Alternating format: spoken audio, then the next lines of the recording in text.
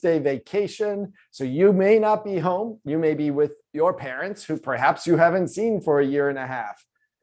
Silver Springs, Maryland, #1 on the list. Kentucky, Denver, Milwaukee. I hear Denver's going, here DC is going through an incredible hot spell. So hopefully you're all staying cool. This is a cool session today. We've got a lot of cool things to go through. I'm here to make you cool. Hello from Seattle. Hello from the Jersey Shore. I'm guessing that's a holiday vacation at the Jersey Shore. Hello, hello, hello. Keep coming in. It's incredible. This is it. This is our last class. I can't believe we made it. 10 sessions. Can you believe that? 10. 10, that's 2.5 months together. We barely knew each other back then. Do you know in the first class, I did not even have a green screen. Can you believe that? Now we got a whole production studio practically in my dining room set up just for you, all of you. Let's see what our count's at. Oh, we're at 143 people today. I hope a lot of people made a special effort to join us for this final class. Okay, so Rita, you're being awfully nice to say you'd like to continue with another 10 classes. I think that you'll discover that you really enjoy having another hour or an hour and a half in your day on Thursdays, the first time you get a little break. Michael says, I haven't even missed one. He was here for all 10 hours. Well, 9 hours plus today. Thursday therapy? I'm not sure. I will say, as I was reflecting on the other classes, well, the rest of you are coming in. Come on in. As I was reflecting on the other classes, I did remember the time we talked about cheese and mayonnaise. So we've covered a lot of territory. We've kind of strayed away from digital marketing from time to time. Hello from rainy Delaware. Yes, great to see you all. Okay, it's great to see you all. We're going to, let me see if I can find where my advancer is here. Let me get myself set up. What's happening? It's like amateur hour again. We are, here we go, live on LinkedIn, Facebook, and YouTube. This is actually the last live broadcast that we're going to do for quite a while. So enjoy, for those of you that are tuning in on social media, enjoy this, because next Thursday, we start a new semester and we're not going to be broadcasting those first classes. So if you are interested in the class, please do register. And in fact, you can register using a referral code. I'm going to go through that in just a minute. First, I am going to thank you, our founding sponsors, Feather, which helps you, associations, with your online paid advertising. You remember we had a whole class about paid advertising. Feather is the software that can make that happen. You'll remember Bill, who came in and talked to us from Association Analytics about reporting and dashboards. You can save 15% with Association Analytics because you are a student. OpenWater is the virtual event platform used by associations everywhere. They are partnered with ASAE. Many of my clients use them. You can save 10% on your OpenWater first-year license. PropFuel, you remember Dave Will came and talked to us about conversational marketing, a very special type of marketing. A lot of people use this to help, especially with their billing and renewals. You can save 50% on your setup fee at PropFuel. And then finally, my company, Ricochet, helps you with your digital strategy and digital roadmaps and your digital marketing and more. Now, if you're watching online, you should talk to a friend who is in this class right now and ask them for that referral code, referral. That will save you $50 on your student tuition. Classes start on Thursday, next Thursday. Tom and I don't get a break. And if you use referral and somebody in this class is your referrer, they also get a $50 Amazon gift card. And I just said Tom's name, and I'm going to forget to do this. This is our last class. So I'm asking Tom if he will come off camera and say hello to everybody. Hey, guys. Hey, Chris. We are also not seeing your screen/slides. So I think everybody can see me. Hello. It's been a pleasure. Thank you, everybody, for being so kind and so engaged. It's been really fun. That's a lot of fun. Talk about amateur hour. We made it this far, Tom. It's tech issues. Gotta love them. So I'm going to change cameras. Hi, everyone. This is us live without the screens. And then I'm going to change back to hopefully, all right. And I'm going to make one more special change here. And there I am. All right. So I would say that the number one mistake I made this semester was allowing my mother to text me in the middle of a class. And I thought that I took care of that. That mistake, pretty close to the top. It's maybe a tie almost. Yes, back in action. We're back in action. All right, today's class, we have a very different agenda. So there is one thing that is not on this agenda. Can somebody tell me what is not on this agenda? I see some correct answers. Jill got it. Kathleen got it. Cindy got it. Stephanie got it. Nanette got it. Sean, Megan. There is no guest speaker today. Today, we are all guest speakers. And Andy actually said we're missing snacks. That's true. I'm sorry, there are no snacks. Hopefully at your own house, there are snacks.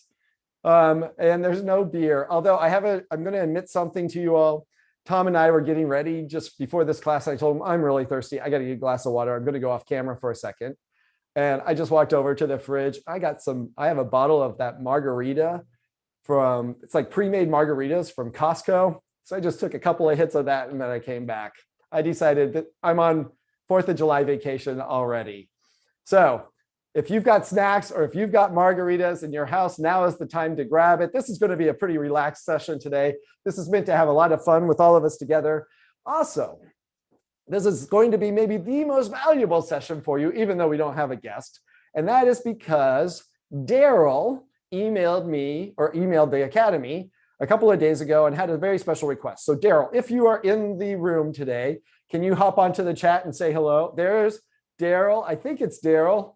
Daryl, I'm sorry, I forgot your last name. Yes, there's Daryl right now. Daryl, in the chat, can you tell us what you requested or what we're going to be delivering to you today? Yeah, Daryl wasn't ready. Daryl has a one-man quiz. Oh, and I'm not seeing him. Okay, or maybe Daryl's like, it wasn't this Daryl, it was a different Daryl. So Daryl emailed me. He did not say, we'd like to distribute cash. He said, look, my boss expects me to give a summary of everything that I learned in class to, I think, his department. And then I realized, oh yeah. So if your boss pays for this stuff, maybe when they're sending you to conference or training, they expect you to come back and do a little presentation about everything you've learned. And this class is that presentation. So you are, after class, of course, like always, going to receive slides for you to steal. So you will get a PDF of this. We are going to cover the highlights from all previous 9 classes in one big push. So that's going to make it really easy for you to deliver to your boss. All right. Okay, so that's what the recap is. Then we will do a celebration, because at the end of that recap, you are officially done with class. You will earn your credit for attending today, that class. I will explain to you then how credits and certificates work, and then we'll be saying goodbye. And we'll all go on vacation and we'll have our fond memories together. All right? All right, let's get started. So let's begin with exercises. We haven't done exercises for a while. I'm going to say first, please connect with me on LinkedIn if you haven't already. There are a few of you that did not. I will eventually find you. Connect with me on LinkedIn and get those profile pictures looking nice and professional, kind of sort of like that. And make sure you got a nice vanity URL set up. Be a digital marketer. Have a digital presence. Tell everyone that you are building new skills. Actually, not that you are building new skills, that you built new skills. Tell them it's done.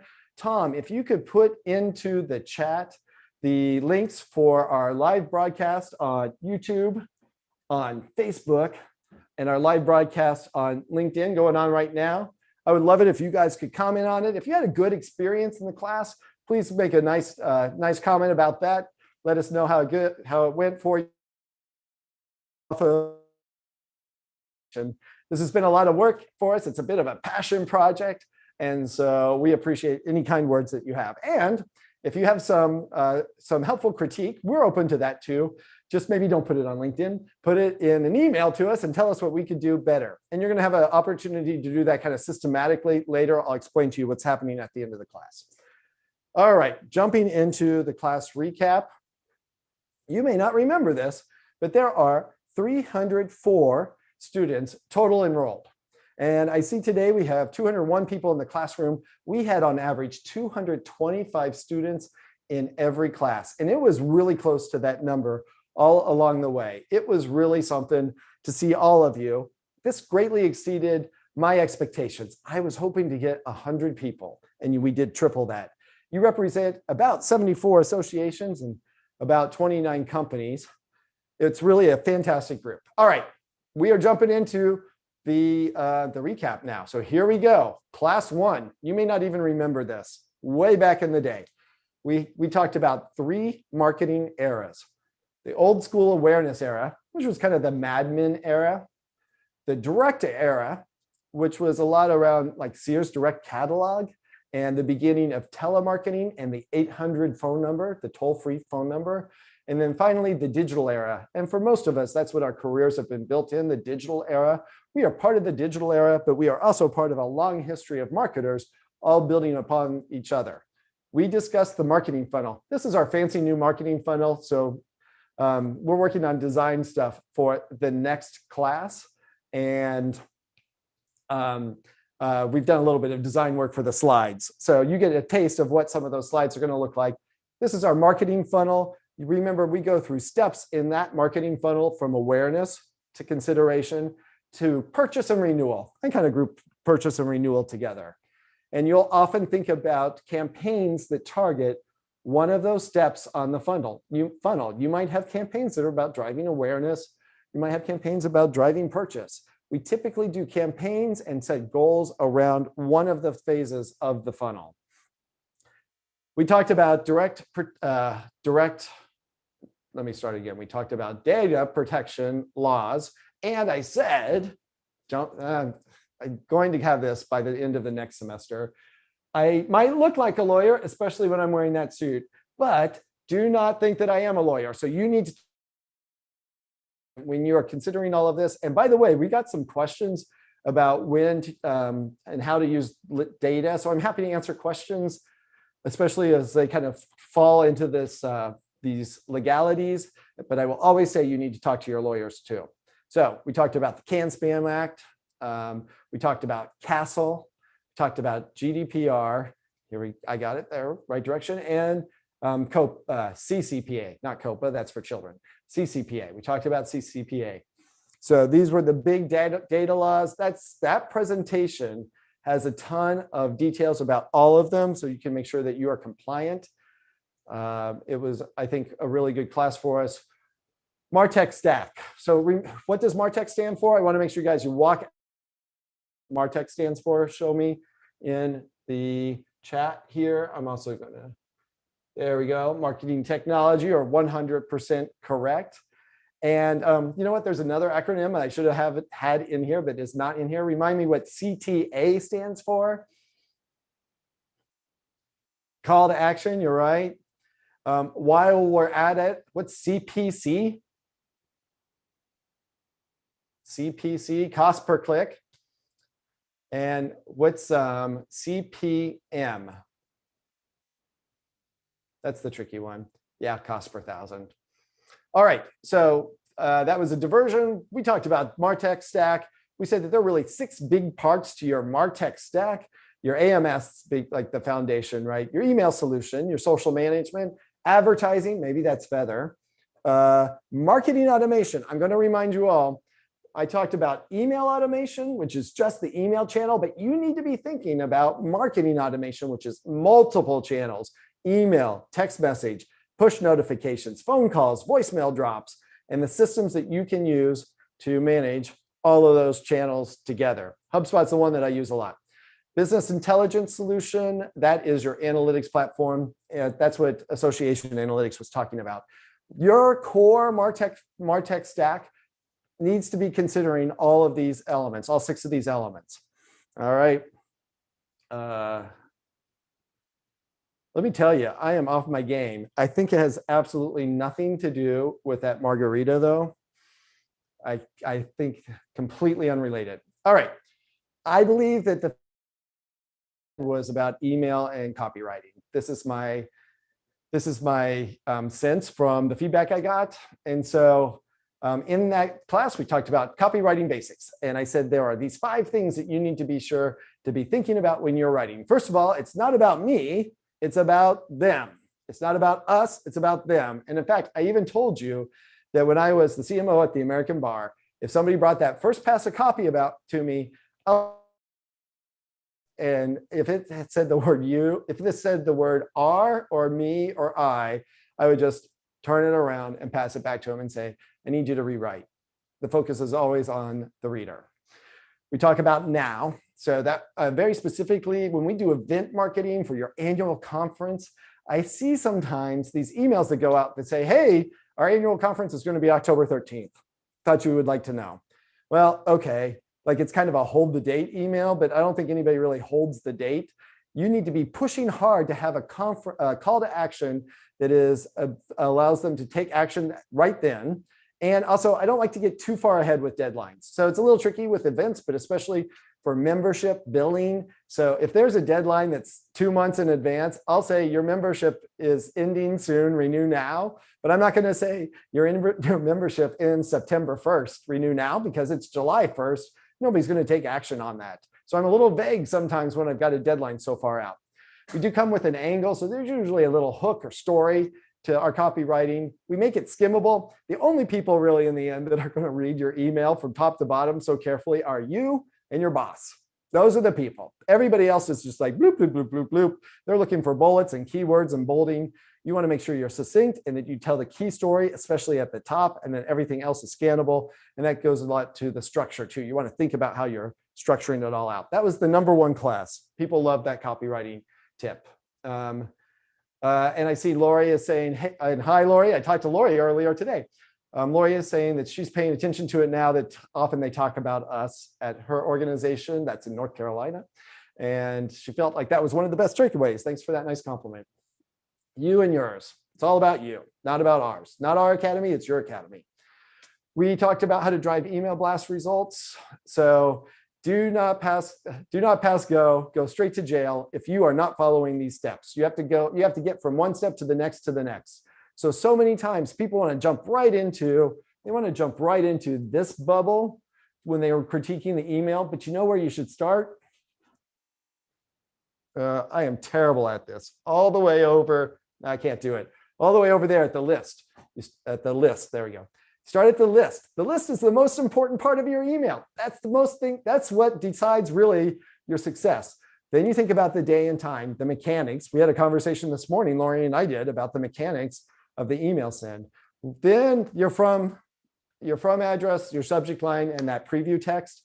So it doesn't matter what you're saying in the email if somebody doesn't even open it. Finally, you get to that design and copywriting, and then that CTA needs to be in there. Also, you already told me you know what the CTA is, call to action.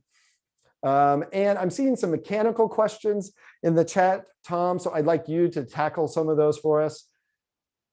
That'd be great. All right, we moved on to our next class, and it was about media types. 5 types of media, right?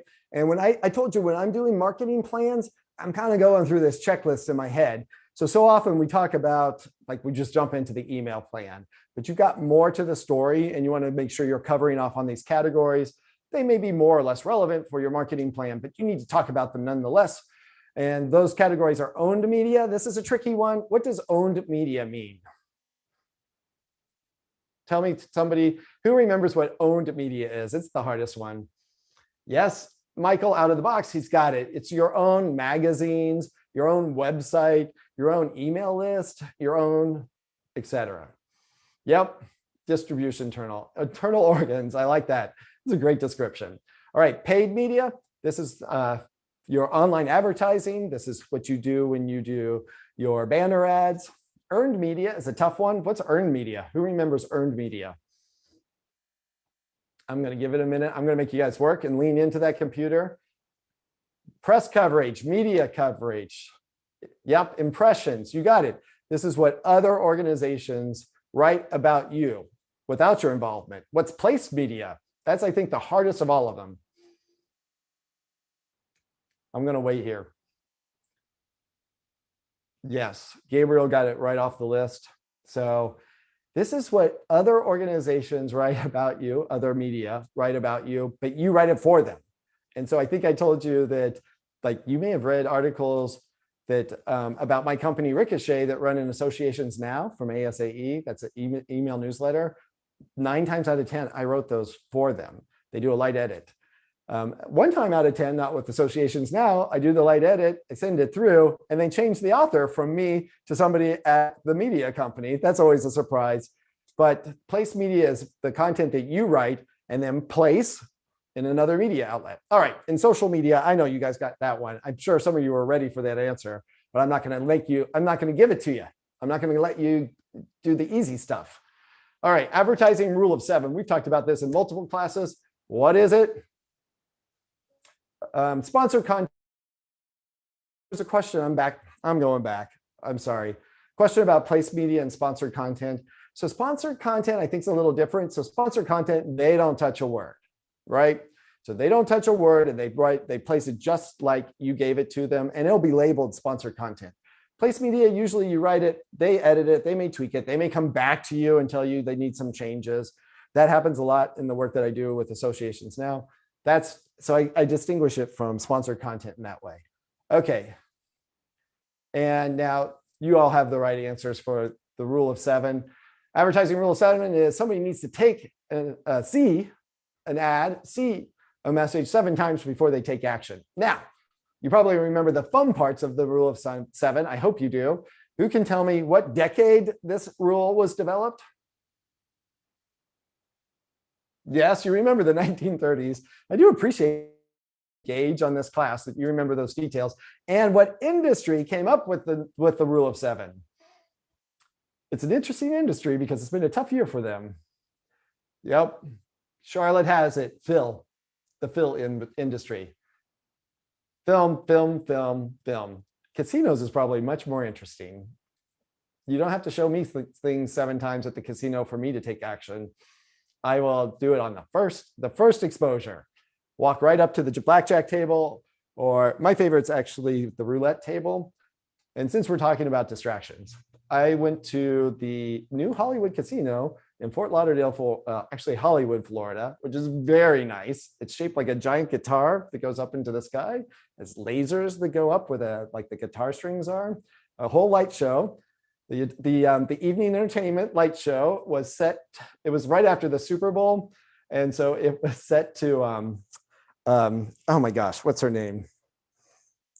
J-Lo. So it was a whole J-Lo like extravaganza, which is very odd to see at the Hard Rock Hotel. But if you're in Hollywood, or if you are having an annual conference down here in Florida, and you've got a couple of extra days you want to tack on at the end, I really think that casino was a ton of fun, super classy, lots of good games. And Lauren's right, it is owned by the Seminole Indians. I hope I'm pronouncing that correctly.